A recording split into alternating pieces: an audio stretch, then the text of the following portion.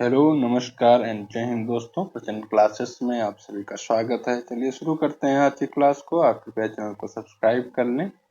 JD Vance ने USA के 50वें उपराष्ट्रपति के रूप में ली शपथ। फोर्ब्स के बिलियनियर्स सूची 2025 में टेस्ला के मालिक एलन मस्क को मिला शीर्ष स्थान।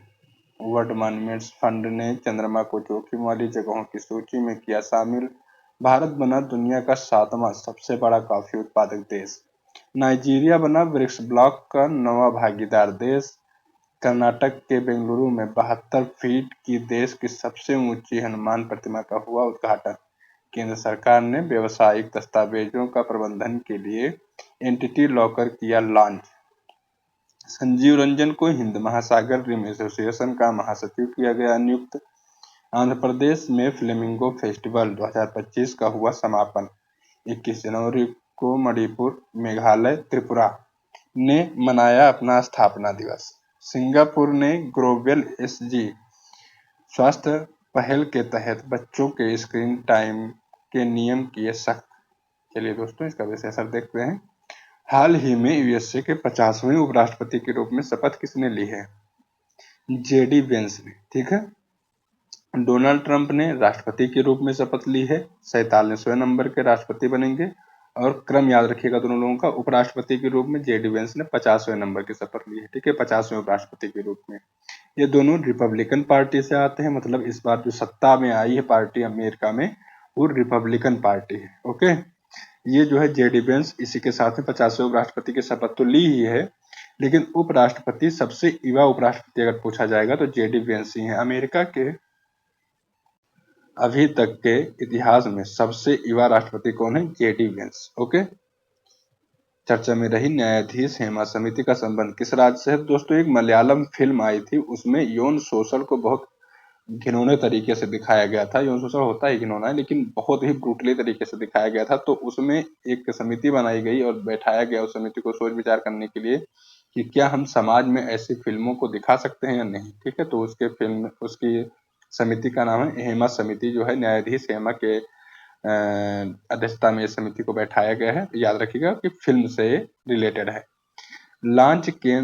हाल ही में लॉन्च केंद्र सरकार की एकीकृत पेंशन योजना यूपीएस कब लागू होगी दोस्तों? तो 1 अप्रैल 2025 से लागू होगी। न्यू पेंशन स्कीम है ये।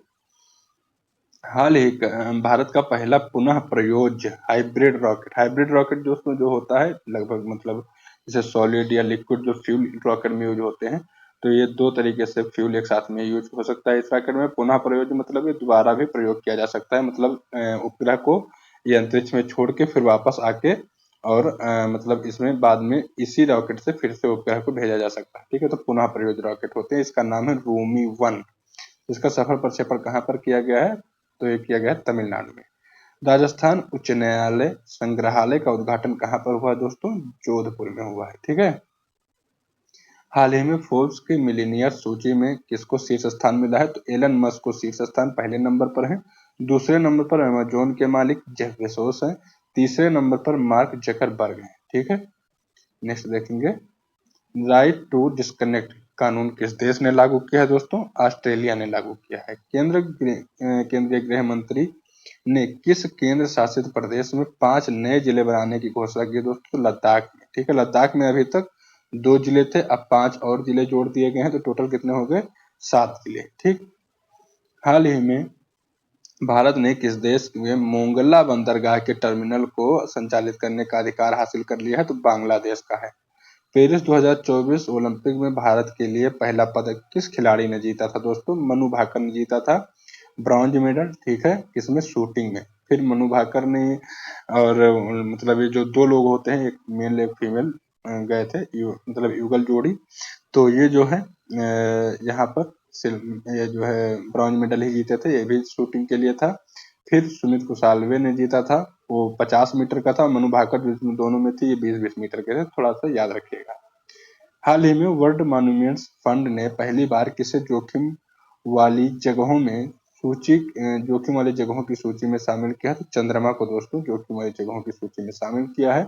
वर्ल्ड मॉन्यूमेंट्स फंड की बात करेंगे तो ये दोस्तों 1996 में एस्टेब्लिश हुआ। और ये जो है संकटग्रस्त जगहों की खोज करता है, जो जोखिम भरे जगह होते हैं उनको अपनी सूची में शामिल करता है। चंद्रयान, चंद्रमा की बात हो रही है तो चंद्रयान 3 की भी बात कर लेंगे। चंद्रयान 3 जो है दोस्तों अपना एक इसरो ने मिशन लॉन्च किया था, चंद्रयान 3 23 अगस्त को। इसने जो है अपने लैंडर विक्रम और प्रज्ञान रोवर को LVM-3M4 रॉकेट से लॉन्च किया था, जो तो 23 अगस्त को ये साउथ पोल पर उतरा, और जहां पर ये लैंडर विक्रम लैंड किया उस जगह का नाम प्रधानमंत्री जी ने बाद में शिव शक्ति नाम से रख दिया है। सर्च जीपीटी लॉन्च करने की घोषणा किसने की है? ओपन एआई ने। पेरिस 2024 ओलंपिक का शुभारंभ क्या था दोस्तों? फ्रीज था। केंद्रीय बजट 2024-25 में सर्वाधिक विदेश विकास सहायता किस देश को दिया गया था दोस्तों? भूटान के लिए आवंटित किया गया था। महिला एशिया कप फाइनल 2024 का उपविजेता कौन रहा है? भारत। हाल ही में वैश्विक स्तर पर कॉफी उत्पादन में भारत को कौन सा स्थान मिला है? 7वां स्थान। पहले पे ब्राजील है और दूसरे पर वियतनाम अभी भी बना हुआ है।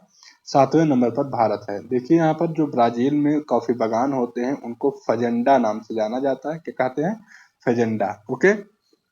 और ब्राजील में एक बंदरगाह है जहां से कॉफी को एक्सपोर्ट किया जाता है पूरे दुनिया में, उसको कहते हैं सेंटोस। सेंटोस बंदरगाह अगर पूछेगा कि कहाँ पर है तो ब्राजील में है। किसके लिए ये जो है ज्यादा फेमस है? कॉफी के लिए। राजधानी ब्राजील की ब्राजीलिया है। ठीक। और साउथ अमेरिका का सबसे बड़ा देश है लैंड के मामले में, भूभाग के क्षेत्र में। ठीक है।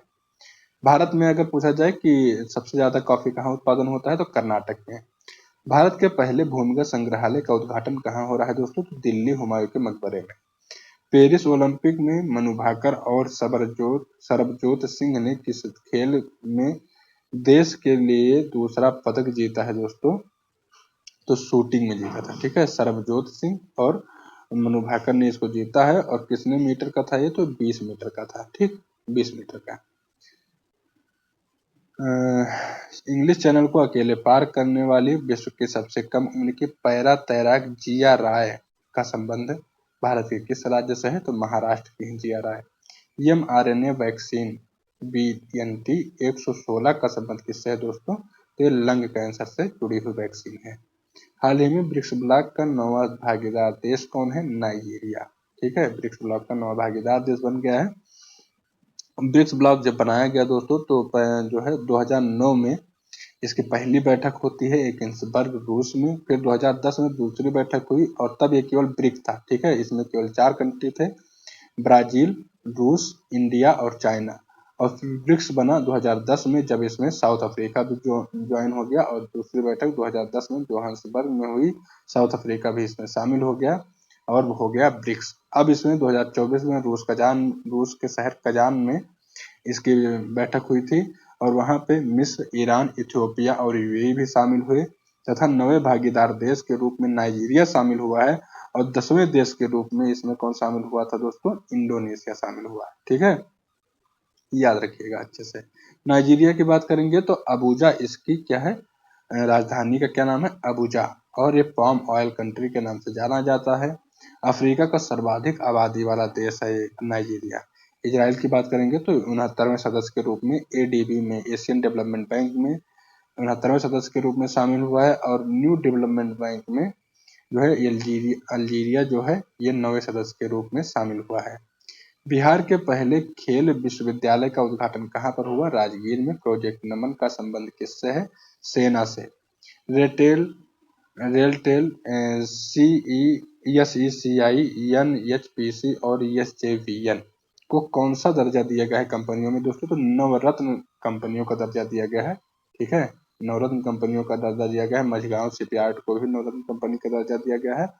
HAL को, जो हिंदुस्तान एरोनॉटिक्स लिमिटेड है, ये भारत की 14वें नंबर की महारत्न कंपनी का दर्जा दिया गया है। तो याद रखिएगा कितने महारत्न कंपनी है? 14। 133वें डूरंड कप का खिताब किसने जीता है दोस्तों? तो डूरंड कप फुटबॉल खेल में खेला जाता है। ठीक है। डूरंड कप किसमें दिया जाता है? फुटबॉल में। और इसको जीता है नॉर्थ ईस्ट फुटबॉल क्लब ने। हाल ही में 72 फीट के सबसे ऊंचे हनुमान प्रतिमा का उद्घाटन कहाँ पर हुआ है? तो बेंगलुरु कर्नाटक में हुआ है इस प्रतिमा का उद्घाटन। कुछ और प्रतिमाएं इंपॉर्टेंट है, याद कर लीजिए। स्टेच्यू ऑफ यूनियन, इसका संबंध हनुमान जी की प्रतिमा से है और यूएसए टेक्सास में इसका उद्घाटन हुआ है। ये कितने फीट की है? तो 90 फीट की कांस्य प्रतिमा है। कांस्य से बनाई गई है, तो याद रखिएगा। स्टेच्यू ऑफ ट्रस्ट विश्वास स्वरूपम, ये जो है महादेव की प्रतिमा है, नाथद्वार राजस्थान में बनाई गई है। स्टेच्यू ऑफ पीस पाली राजस्थान में बनी है। स्टेच्यू ऑफ सोशल जस्टिस, तो ये दोस्तों सोशल जस्टिस से जुड़ी हुई, तो आप थोड़ा सा ट्रिक भी लगा सकते हैं, भीमराव अम्बेडकर साहब की प्रतिमा है जो कि विजयवाड़ा में बनाई गई है। ट्रैक और फील्ड्स में 2 पदक जीतने वाली पहली भारतीय महिला पैरा एथलीट कौन है? प्रीति पाल जी। ठीक है, ये उत्तर प्रदेश से आती हैं, तो इसलिए इनका जो है थोड़ा ज्यादा अच्छे से ध्यान रखिएगा, याद रखिएगा। केंद्रीय कैबिनेट ने इंडिया सेमीकंडक्टर मिशन के तहत साड़न में सेमीकंडक्टर इकाई की मंजूरी दी है। ये कहाँ स्थित है? गुजरात में। पेरिस पैरालंपिक 2024 में सुमित अंतिल ने किस स्पर्धा में देश के लिए तीसरा स्वर्ण जीता था? तो दोस्तों सबसे पहला स्वर्ण जो है जीता था अवनी लेखरा ने शूटिंग में। फिर भाला फेंक में नितेश ने जीता था, सुमित अंतिल ने भी भाला फेंक में जीता था। फिर जो है भाला फेंक में 3 स्वर्ण आए थे। एक नवदीप जो छोटा मतलब थोड़ा सा हाइट में थे, जिनका वीडियो बहुत वायरल हुआ था, वो नवदीप जो है उन्होंने भी भाला फेंक में ही जीता था। ठीक है। भारतीय नौसेना ने किस देश के साथ संयुक्त सैन्य अभ्यास वरुण का आयोजन किया है? तो इंडिया और फ्रांस वरुण अभ्यास करते हैं। हाल ही में एनटीटी लॉकर किसने लॉन्च किया है दोस्तों? तो इलेक्ट्रॉनिक्स और सूचना प्रौद्योगिकी मंत्रालय ने लॉन्च किया है एनटीटी लॉकर। ये डिजी लॉकर जैसा ही है। इसमें क्या है, बिजनेस डॉक्यूमेंट को सुरक्षित रखने के लिए और जो है इलेक्ट्रॉनिक्स मंत्रालय ने इसको लॉन्च किया है। बिजनेस डॉक्यूमेंट के लिए ये जो है सुरक्षा के लिए बहुत ज्यादा जरूरी है, इसीलिए इसको लॉन्च किया गया है। पहला संयुक्त कमांडर सम्मेलन कहाँ पर आयोजित हुआ? उत्तर प्रदेश लखनऊ में। भारत यूएसए के बीच 20वां युद्ध अभ्यास कहाँ हुआ दोस्तों? राजस्थान में हुआ है। ओके। पैरालंपिक खेलों में स्वर्ण पदक जीतने वाले पहले भारतीय तीरंदाज कौन है? तो हरविंदर सिंह है। इंग्लिश चैनल को पार करने वाले सबसे उम्रदराज भारतीय बनने की उपलब्धि किसने हासिल की है? सिद्धार्थ ने। ठीक है, सिद्धार्थ ने ये जो है हासिल किया। सिद्धार्थ मल्होत्रा नहीं है हीरो तुम्हारे, सिद्धार्थ अग्रवाल इनका नाम है, सिद्धार्थ अग्रवाल। ठीक है, इन्होंने जो है इस उपलब्धि को हासिल किया है। हाल ही में हिंद महासागर रिम एसोसिएशन का जो है महासचिव किसको बनाया गया है? संजीव रंजन जी को। इंडियन ओशन रिम एसोसिएशन जो 1997 में स्टेब्लिश हुआ था, 23 देश इसमें शामिल हैं और भारत जो है इसका जो संस्थापक दिवस मतलब देशों के रूप में ये माना जाता है। हाँ, इसके जो है सचिवालय अगर पूछा जाएगा कहाँ पर है दोस्तों, तो इसका सचिवालय है मॉरिशस पोर्ट लुइस। मॉरिशस की राजधानी क्या है? पोर्ट लुइस, तो वहीं पर इसका सचिवालय है। इसको 3 साल तक संजीव रंजन साहब संभालेंगे। पहले अंतर्राष्ट्रीय और सौर महोत्सव का आयोजन कहाँ हुआ है दोस्तों? पहले अंतर्राष्ट्रीय सौर महोत्सव का आयोजन हुआ है दिल्ली में। ब्रिक्स न्यू डेवलपमेंट बैंक का नया सदस्य किसे चुना गया है? अल्जीरिया को, न्यू डेवलपमेंट बैंक का। भारत का पहला कोविड गंभीरता बायोमास किट किस राज्य ने लॉन्च किया है दोस्तों? छत्तीसगढ़ ने लॉन्च किया है। किसने लॉन्च किया है? छत्तीसगढ़ ने। अरब दुनिया का पहला बराक परमाणु संयंत्र कहाँ स्थापित हो रहा है? यूएई में। हाल ही में फ्लेमिंगो फेस्टिवल 2025 का आयोजन आंध्र प्रदेश में हुआ था दोस्तों। फ्लेमिंगो एक बर्ड है, ये जो है लंबे गुलाबी सिर पैर वाली और इसकी चोंच जो है मुड़ी हुई है, छोटी पूंछ वाली बड़े पंखों वाली जो है चिड़िया है, जो कि दलदली भूमियों पर रहती है। दलदली भूमियों को रामसर स्थल कहते हैं। रामसर साइट कितनी है भारत में? 85। तमिलनाडु नंबर 1 पर है, 18 रामसर साइट्स हैं और दूसरे नंबर पर उत्तर प्रदेश है 10 रामसर साइट्स के साथ में। नेक्स्ट देखेंगे, अपने देश के लिए पहला यूएसए ओपन खिताब जीतने वाले टेनिस के जैनिक सिनर किस देश के हैं? तो ये दोस्तों इटली के हैं। हल्दी परिवार की नई प्रजाति करकुमा उंगमेंसिस की खोज कहाँ पर हुई है दोस्तों? नागालैंड में हुई है इसकी खोज। और हॉर्नबिल महोत्सव कहाँ मनाया जाता है? नागालैंड में। भारत की पहली सिलिकॉन कार्बाइड विनिर्माण सुविधा की आधारशिला कहाँ रखी गई? उड़ीसा में। प्रोजेक्ट शक्ति किस केंद्र शासित प्रदेश ने लॉन्च किया है दोस्तों? दिल्ली ने लॉन्च किया है। हाल ही में मणिपुर, मेघालय, त्रिपुरा में अपना स्थापना दिवस कब मनाया है? तो 21 जनवरी को मणिपुर, मेघालय और त्रिपुरा का स्थापना दिवस मनाया जाता है। 21 जनवरी 1972 में इनको स्टेटहुड का दर्जा प्राप्त हुआ था। कार्बन अकाउंटिंग फाइनेंशियल्स पीसीएएफ पर हस्ताक्षरकर्ता वाले पहले भारतीय बैंक कौन बन गया है दोस्तों? तो यूनियन बैंक। भारत का पहला टील कार्बन अध्ययन कहाँ पर शुरू हुआ है? केवलादेव, राजस्थान में। लघु कहानी नाइन यार्ड साड़ी के लिए अंग्रेजी कथा साहित्य का सिंगापुर साहित्य पुरस्कार किसको मिला है? तो प्रशांति राम को मिला है। वर्ष 2024 का क्वाड लीडर समिट कहाँ आयोजित हुआ है दोस्तों? तो यूएसए में यूएसए के बिल्मिंगटन में आयोजित हुआ है। और यह जो है 2025 वाला कहाँ आयोजित होगा? तो इंडिया में। ठीक है, इस बार होस्ट कंट्री कौन है? इंडिया। दोस्तों जो एक सिंगापुर ने एक अपनी बच्चों को बचाने के लिए, जो वहाँ के बच्चे हैं उनका थोड़ा सा डेवलपमेंट अच्छे से हो, उसके लिए एक स्कीम लॉन्च की है, ग्रो वेल एसजी। ठीक है, तो ये जो है स्वास्थ्य पहल के तहत बच्चों के स्क्रीन टाइम को कम करेगा। ठीक है, इसमें कहा गया है कि ग्रो वेल एसजी स्कीम के तहत बच्चों के स्क्रीन टाइम को कम किया जाएगा। 1 फरवरी से लागू होगी। 18 महीने से कम बच्चों को स्क्रीन टाइमिंग बिल्कुल 0 रहेगी, मतलब उनको मोबाइल टीवी कुछ नहीं दिखाना है। 18 माह से 6 माह तक के बच्चों को केवल शैक्षिक उपयोग के लिए ही आप दिखा सकते हैं स्क्रीन टाइमिंग, मतलब कुछ 1-2 घंटे 10-20 मिनट कर सकते हैं।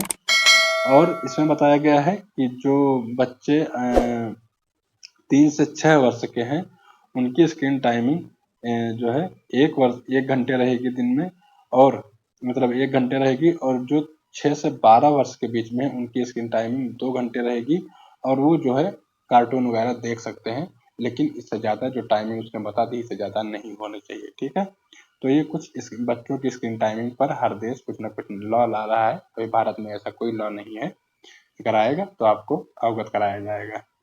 इसी के साथ आपकी क्लास पूरी होती है। मिलेंगे नए क्लास में, तब तक पढ़िए लिखिए और खूब एंजॉय कीजिए। नमस्कार।